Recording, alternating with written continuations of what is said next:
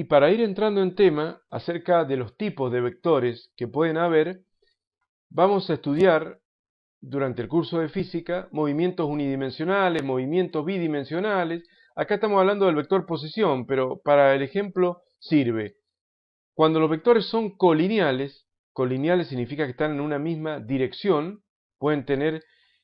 todos, en este caso, la dirección del eje X o del único eje de referencias que se utiliza para el movimiento, que sería este eje horizontal. Cuando los vectores son colineales, decíamos, todos pueden tener la misma dirección o sentidos opuestos, pero en ese caso el vector es muy simple y solamente conociendo su magnitud, o sea, su módulo,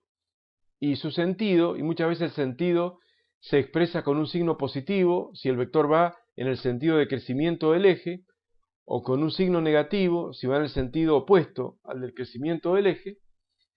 y con eso se soluciona el problema y se termina tratando con vectores casi como si fueran escalares, o sea, como si fueran números reales. Uno puede, por ejemplo, puede decir que el móvil inicialmente está en la posición 2 metros, ahí tenemos el vector posición x sub y, posición inicial, 2 metros, que es un vector que une el origen del sistema de coordenadas, que en este caso sería la única coordenada en un movimiento unidimensional, el eje x, con la posición del móvil, y luego el móvil se traslada hasta este punto, en un cierto tiempo, llega a la posición 5 metros. Entonces ahora tengo la posición final, x final,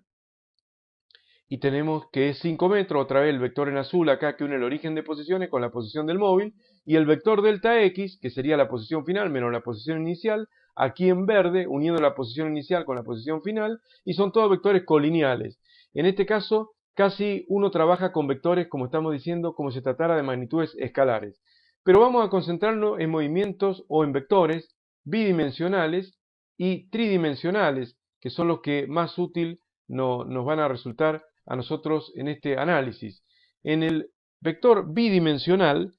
o supongamos un movimiento bidimensional, un punto material que no se mueve ahora en una línea recta unidimensional, solamente dimensión X, sino que se mueve en un plano, por ejemplo en la hoja de papel. Entonces ese punto material describe una trayectoria curva, como la que vemos acá, saliendo de este punto, en rojo está la trayectoria, llegando hasta este otro punto. Entonces ahí claramente tenemos una trayectoria bidimensional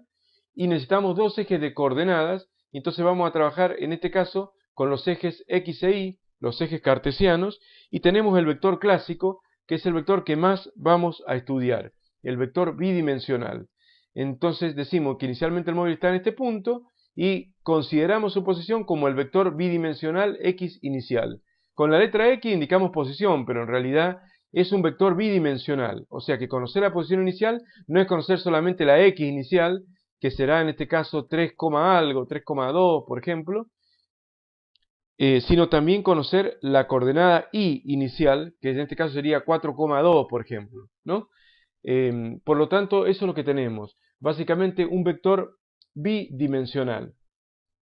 Y el móvil luego de un cierto tiempo se traslada a esta posición, por lo cual aquí tendremos el vector posición final y luego el desplazamiento, que también será otro vector bidimensional. Así que si estamos en problemas bidimensionales, movimientos en el plano y demás, necesitamos a un vector que tenga estas dos componentes, estas dos coordenadas X e Y, para